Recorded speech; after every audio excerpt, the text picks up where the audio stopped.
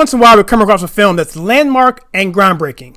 Well, the film Joker, starring Joaquin Phoenix, is absolutely one of those films. Unfortunately, though, some people don't see it this way. They're walking out of the theater, they're commenting on social media how they can't stand it. And I'm going to tell you why they're saying this, who these people are, and most importantly, how this film can impact Hollywood positively going forward.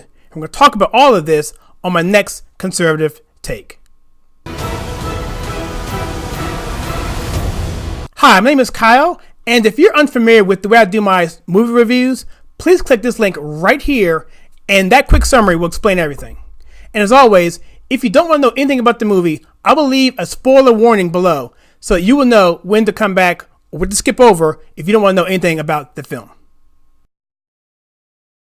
So the thing about Joker is this. It's a film that is a social commentary wrapped around a movie, wrapped inside of a comic book film. Joaquin Phoenix stars the Joker by the name of Arthur. Now, this is not an official DC comic universe origin story. It's an independent story that they came up with, especially for this movie. But it's a talking piece on society, where we are with how we treat each other, how people internalize things, and how perceptions can be taken for something that was totally unrelated to what is actually going on behind the scenes. Joker's a person who's having a mental breakdown. He's a very likable character in the beginning. You feel very sorry for this person going into it. And it delves in this person who is an entertainer at heart. He wants to be a comic. He wants to be a stand-up comic. So he entertains people by joining a clown company that hires him out for various venues. And so he does these things, and things happen to him, and he just starts a downward path to destruction. And if you're familiar with the comic book character, the Joker, you know this can't end well. So without getting into spoilers, that's the story of this. But the thing is, the thing in this film is very, very subtle, and you almost have to watch it a few times to really get it. I've only seen it one time, but I'm going to give this story, this plot, this whole movie, in terms of the script and everything, I'm going to give it a 10 across the board because it's so deep, it's so layered. You could almost spend an entire semester in college studying this film. I'm not kidding. You should really see The King of Comedy, which is a film that came out, I think, in the 80s, I believe. I saw it recently because I was told that you should see this film. And it stars Robert De Niro. And it's a film that is done in the timepiece of this, the time era, and the callbacks to it are very, very obvious. And once you see that film, you know exactly what the director is coming with when you see him do this film and how he presents the information. It's really, really startling how effective it is and how it pulls you into the story, even though there's not a lot of action in terms of set pieces or anything like that. In fact, there aren't any. It's just dialogue-driven, character-driven, and the musical score is amazing. So for the emotional impact, I just mentioned that the score was amazing. And it is. And part of the reason why the emotional impact in this film is what it is, by the way, I give it a 7, is because the score is so brooding. It's just there. It's in your face. It's like a character in itself. And it just stays there. And as things ramp up in the film, it ramps up as it should. But it's just an ongoing, brooding type of music that's just there. This reminds me really of The Dark Knight in terms of how that film felt, in terms of its realism and how the music itself kind of sets a tone in terms of how you should feel. Now, outside of that, I didn't feel a lot of emotion. There are some shocking points in this film that I'll get to in the spoiler section, but it's a 7 because I just didn't feel overly, emotional about it. I was shocked and appalled in many sections, but other than that, I think a 7 is where we are there. As far as intangibles in this film, it's got a ton of them. So this film has a 10 in intangibles. I mean, where to begin? I mean, this is the biggest part of this review, could be intangibles. But I'll let you kind of watch it for yourself. I don't want to spoil too much with that. I want you to kind of go in it, just go in and see it. But you'll see for yourself that the acting is phenomenal. Joaquin Phoenix is an incredible actor. You would think that no one could ever do better than Heath Ledger as the Joker. Well, he does that. He matches Heath Ledger's performance. And in some ways, he surpasses it. And that should say a lot in of itself. So he's definitely an Oscar-worthy performance here. So that's number one. The acting, the screenplay was great. The soundtrack was amazing. The direction, when he uses the handhelds, to give you that, like you're right there kind of feel. just the way he does the interpretation of what's going on in his mind. Again, see King of Comedy. This film's got a bunch of stuff to see. It's got shock factor. It's got small bits of weird humor. And it's just got a story and an underpinning of hypocrisy that it just makes you sit there and think, wow, you know what? That could be me, that, am I part of the problem here? And so with that, all those things combined, it definitely gets a 10 for Intangibles. I couldn't speak more highly of it. And so, yeah, there you go. One of my requirements for the category watchability is whether or not I would recommend this to another person, and not necessarily how often I would watch it. In this case, I wouldn't watch this movie a lot of other times, maybe a second time, maybe a third time, just to get some more nuances there, but no more than 3. But would I recommend this to someone else? Absolutely, positively, yes. And that's why we're at an 8 here. Not so much that I would see it that many times on my own, but because I would recommend it to another person because of what I'm going to talk about going forward and in the spoiler section. So very rarely do I give a film a 10. In this case, I give Joker a 10.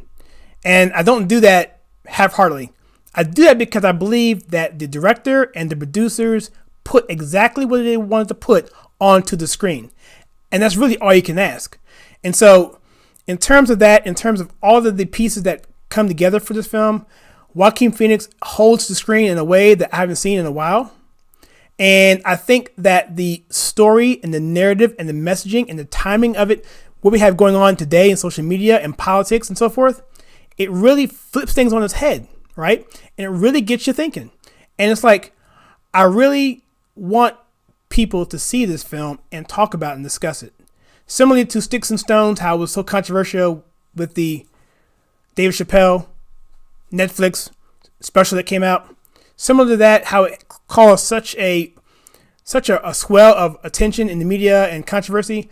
I think this movie will do the same thing for very much the same reasons. So yeah, so this film gets a 10 because it's going to be a landmark film that we're going to talk about decades from now. Okay, so now we're to my conservative take, and please note the spoiler warnings below. Okay, I promised in the beginning I'll explain to you why people are trashing this film, why they're walking out of theaters, why they're giving it a hard time, why there's a big disparity between the 70% on Rotten Tomatoes for the critic score and the 93% for the audience score. The reason is very simple. The reason is this. The Joker movie is a mirror, so that when the people who I just talked about, the leftist Hollywood elites, the shill media and so forth, they look at that mirror and they see themselves, and they don't like what they see. That's it. It cuts too close to home because the Thomas Wayne character, who is the father of Bruce Wayne, who later becomes Batman, is a Donald Trump-like figure. He's got accusations against him, lauded against him, and the perception against him is that he's a certain way. But really, we all know, here's the slick thing about this movie. This is why it's brilliant. We all know who Thomas Wayne is from the comic books, from the 50 plus years of stories. Thomas Wayne is like a saint. We all know this. And so when they saw that Thomas Wayne had these issues, the crowd, people in the movie, they were calling him out saying, F him, this and that, mob rule, whatever. It's the Antifa, leftist, crazy mentality we're seeing on the street representing what we're seeing today. But it's juxtaposed, right? And so we find out later that Thomas Wayne, no, he's not perfect. He did not have those allegations against him be true, right? So he was exonerated from that. His character was still there, intact. The problem was when the audience saw this, they said, they get triggered. You see what I'm saying? If Thomas Wayne represents President Trump, which he does, I feel in this movie, it's pretty obvious if you watch the film, watch the signs, right? Look at the film. Then they're going to equate that to Trump, and they can't deal with that. And they saw themselves as being this crazed, insane mob.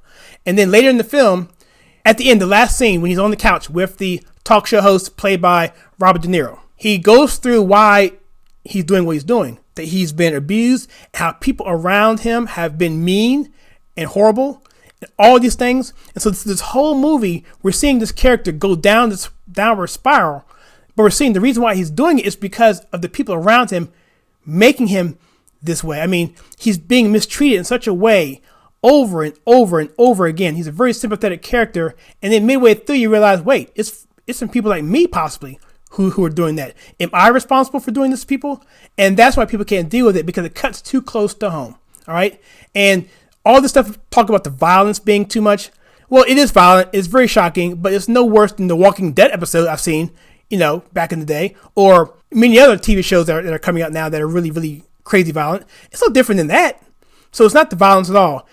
That is just a red herring for them not wanting to admit that this is a mirror. We're looking at it. We don't like it. It cuts too close to home. We don't like Trump, and we don't want to identify him to a character that we know is a good character in the comic books. And that's that. So, I'll talk about more of this in other videos, but that's the main reason why this is. And it's a phenomenal film. And as far as everything else, that's really all I'd say. Now, in terms of go, no go, or whatever, I would say you absolutely should go with caution, because this film is very, very, very violent in parts. And you just want to be cautious about that. But in terms of any identity politics, whatever, outside of what I just said, it has none. And it's just a social commentary on where we are today. And I think it's really an important film. And why I think it's going to be important for Hollywood going forward is because if this film does very well, which it is so far at the box office, it's going to cause Hollywood to consider making more of these types of films and being honest with itself, and stop making films that have identity politics as a forefront, sacrificing the story. This film put all that stuff into the story and made it part of the story. That's how it's supposed to be done. And I think it was brilliant with that. And I hope this film does really, really well. I think it will, because of his connection with Batman. But yeah, so there you go. So this film is an absolute go with caution, but beware that it is violent. And let me know in the comments what you think when you do see it. So for my final review, I give Joker 18.75, which is extremely high for my standards. I think it's only the second highest film I've ever given it out to. This translates to basically 4 stars, and it's great, and it's an Oscar-worthy film. It's not going to win the Oscar for the very things I said in my spoiler section. However, it's too good of a movie to ignore. It's going to do well that way, and by the time of this video, it has already broken October records. And so yeah, so The Joker's an amazing film, 4 stars, 18.75. Keep the kids at home, go see it, and try and have a good time. So the important thing is this. What do you think? Did you see The Joker? Do you want to see it? If you saw it, what do you think about my take on what I talked about? I don't want to point it here because that's part of the spoiler section, but let me know. I'm really curious with that. I'm going to do another video about this. I'm going to do a deeper dive after I see it a second time. But yeah, so just let me know with that, and I'll be curious of what you feel about Hollywood and how they would handle this if this movie does really, really well, as I think it will in the future. Will they make more of these movies or not? Let me know. Okay, so with that, if you enjoy this content on this channel, where I take culture, TV, and movies, and I filter it right, please consider hitting that like and subscribe button and that bell icon so you don't miss any future content. And also, please check out some videos that I have right here.